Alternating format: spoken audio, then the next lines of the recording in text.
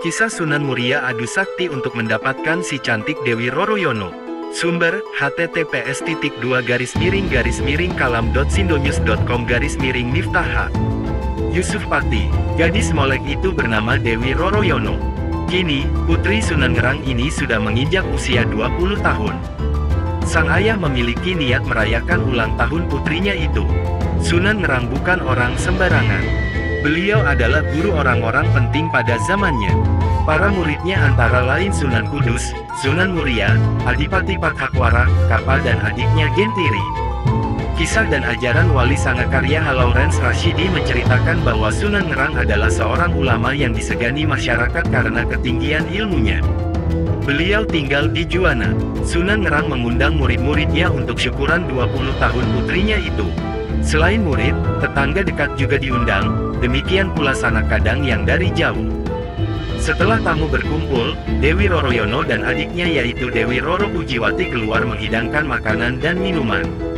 Keduanya adalah dara-dara yang cantik rupawan. Terutama Dewi Roroyono yang berusia 20 tahun, bagaikan bunga yang sedang mekar-mekarnya. Bagi Sunan Kudus dan Sunan Muria yang sudah berbekal ilmu agama dapat menahan pandangan matanya sehingga tidak terseret oleh godaan setan.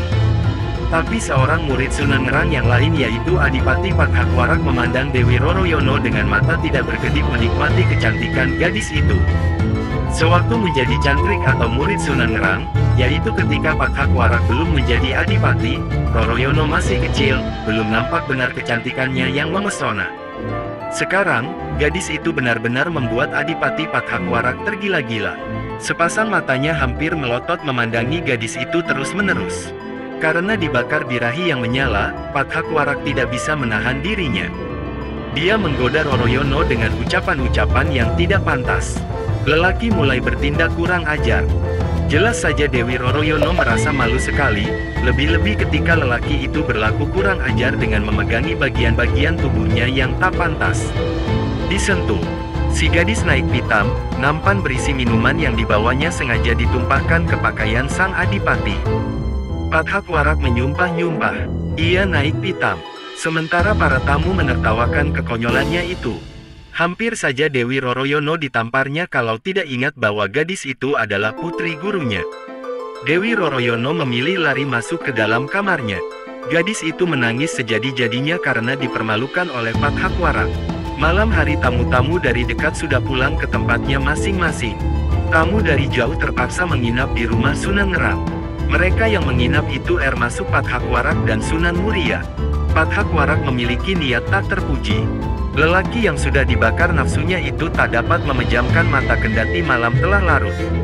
Pathakwara kemudian bangkit dari tidurnya mengendap-endap ke kamar Dewi Roroyono.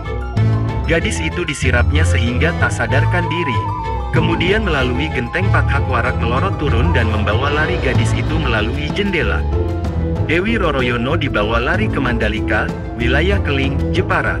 Setelah Sunan Ngerang mengetahui bahwa putrinya diculik oleh Pathakwara, maka beliau berikrar siapa saja yang berhasil membawa putrinya itu bila perempuan akan dijadikan saudara Dewi Roroyono. Bila lelaki akan dinikahkan dengannya. Tak ada yang menyatakan kesanggupannya. Karena semua orang telah maklum akan kehebatan dan kekejaman Pathakwara. Hanya Sunan Muria yang bersedia memenuhi harapan Sunan Ngerang. Saya akan berusaha mengambil Diajeng Roroyono dari tangan Pathakwara, ujar Sunan Muria menyatakan kesanggupannya. Maka berangkatlah Sunan Muria ke Keling.